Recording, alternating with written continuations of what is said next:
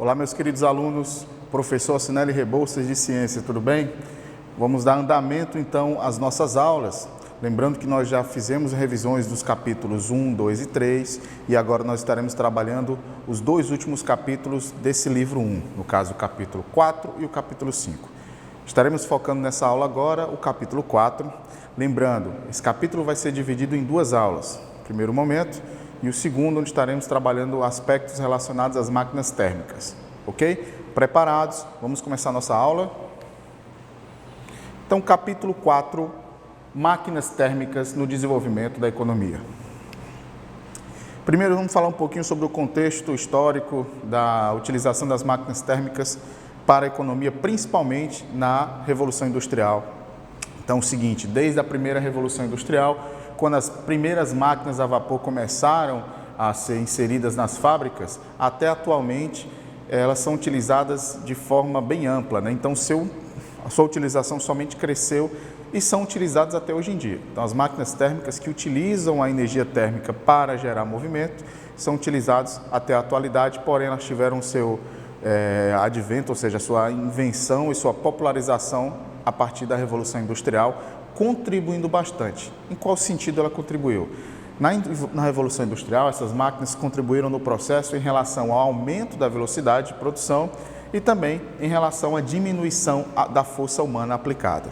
Lógico, se eu tinha um modo de produção anteriormente que era mais manual, ou seja, manufaturado, onde um único funcionário precisava fazer todas as etapas daquela produção de um determinado produto, a partir do momento que se inserem as máquinas térmicas, isso vai auxiliar aumentando a produtividade, porque as máquinas vão diminuir o esforço humano, então você acaba aumentando a produtividade e acelerando esse processo. E aí você tem todos os critérios econômicos e sociais que são envolvidos. Consequentemente, você tem aumento da produção, aumento da quantidade de produtos, aumenta também a quantidade de consumidores, consequentemente também mexe na economia de forma geral, então foram ganhos bem positivos de forma geral.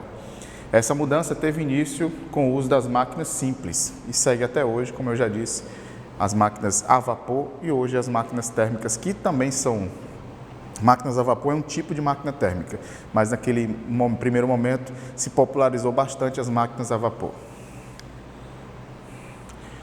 Quando nós falamos de máquina térmica, é interessante frisar o mecanismo de funcionamento. Então, isso aqui é meio que um mecanismo padrão, para que você possa estar entendendo como é que ele vai acontecer. Primeiro, eu tenho uma fonte quente, ou seja, eu preciso de uma combustão, consequentemente de um combustível, lógico. Então, tem uma combustão de algum material, vai realizar um aquecimento, ou seja, liberação de energia térmica. Esse calor vai ser cedido para a máquina. A máquina, por sua vez, por receber esse calor, vai transformar muitas vezes em energia mecânica de movimento, que vai realizar um trabalho propriamente dito.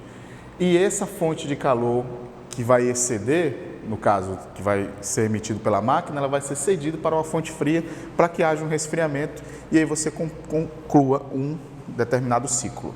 Lembrando, fonte quente, máquina, trabalho realizado, calor cedido para a fonte fria. Então, a máquina a vapor, ela contribuiu para o desenvolvimento da Revolução Industrial e é um exemplo de máquina térmica.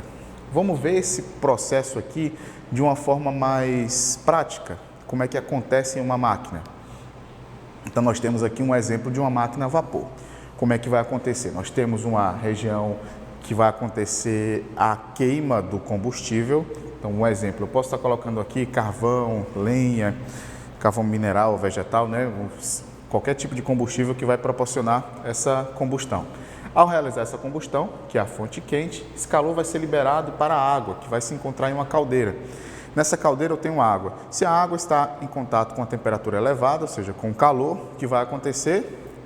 Muito bem, essa água vai entrar em processo de ebulição, então vai depois passar do estado físico de líquido para vapor. Vai gerar vapor, esse vapor vai ser canalizado, ou seja, ele vai ser pressurizado por uma série de canos. Ele, sob pressão, ele vai exercer essa pressão em um pistão. Esse pistão, por sua vez, sendo pressionado por essa coluna de vapor, consequentemente vai acionar um mecanismo para girar a máquina. Então, nós temos uma transformação da energia térmica em energia mecânica, de movimento. Por sua vez, esse vapor vai ser conduzido até uma câmara de condensação, ou seja, uma região de condensação. Vamos lá, aluno, condensação, o que seria? Passagem do vapor, ou seja, do estado gasoso para o estado líquido. Então, esse vapor vai ser condensado, passando para o estado líquido novamente e retroalimentando o sistema. Então, nós temos aí um ciclo. Então, ele vai haver calor vai ser cedido, a máquina transforma em trabalho, fonte fria e depois retorna para a caldeira. Lembrando, isso aqui vai ser um movimento que vai ser gerado, ou seja, energia mecânica, que pode ser, nessa etapa da máquina, ser utilizado para N exemplos, né?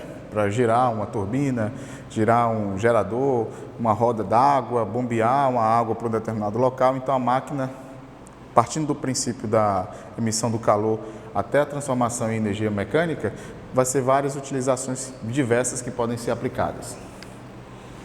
Aqui nós temos também uma pequena representação, ou seja, o calor, você vai evaporar a água, ela vai subir pressurizada, vai movimentar a máquina e depois movimentar aquelas engrenagens que, por sua vez, vão fazer funcionar algo. Ok, visualizamos então o princípio básico de funcionamento da máquina a vapor. Vamos agora falar um pouquinho sobre as máquinas térmicas, de forma geral. Então, as máquinas térmicas têm vários exemplos, vamos trabalhar aqui com alguns. A máquina têxtil a vapor foi uma das primeiras máquinas realmente a serem criadas, máquinas a vapor, e ela foi utilizada justamente no processo têxtil, ou seja, de fabricação de tecidos, lá na Revolução Industrial, desculpa, e hoje ainda você consegue observar algumas máquinas que utilizam esse princípio. Locomotiva a vapor, isso aqui é bem, acho que é mais fácil de a gente entender e até de visualizar, né? Hoje em dia, apesar de os trens, a maioria serem movidos a energia elétrica ou outros mecanismos de propulsão, antigamente esse meio de transporte, muito utilizado inclusive para conduzir tanto pessoas quanto materiais, ele era movido a uma locomotiva, e essa locomotiva tinha o princípio básico também de uma máquina a vapor. Como é que acontecia? Ela é alimentada através de um combustível, no caso o carvão. Esse carvão exerce uma temperatura por conta da sua queima, vai movimentar através desse vapor um pistão que vai ser direcionado para as rodas, fazendo a locomoção da locomotiva. Lembrando, todos os outros vagões que estão atrás da locomotiva, que vem após a locomotiva, eles são apenas rebocados, eles não têm uma força propulsora que vão fazer a movimentação. A locomotiva em si, ela vai exercer essa energia que vai ser criada através da transformação da energia térmica em movimento, vai rebocar todos os outros. Então, você tem uma grande propulsão por conta disso. E utilizando o mesmo princípio da máquina a vapor, ou seja, da conversão dessa energia térmica em movimento. Aqui tem mais ou menos um exemplo. Então, você tem esse pistão que vai ser impulsionado, vai ser passado o movimento para esses braços, ou seja, por outras estruturas locomotoras, e vai fazer com que a roda do trem gire sobre um determinado local, que é o trilho do trem. Tipos de máquina térmica, nós também vamos exemplificar um terceiro tipo, que são as turbinas a vapor. Turbina a vapor, como o próprio nome fala, também ela é movimentada através do vapor que é gerado, e ela é bem utilizada para a produção de energia. Vamos dar um exemplo. Em termoelétricas, usinas que produzem energia elétrica derivados da temperatura. O que é que vai acontecer? Há uma combustão no determinado local, esse vapor ele é pressurizado, vai passar por essa turbina, são equipamentos realmente bem grandes.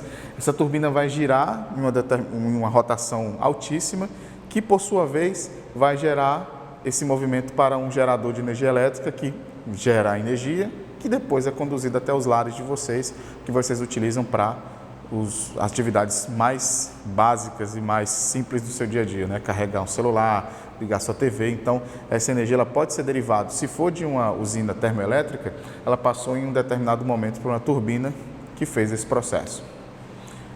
Por fim, nós temos um motor a gasolina e a diesel.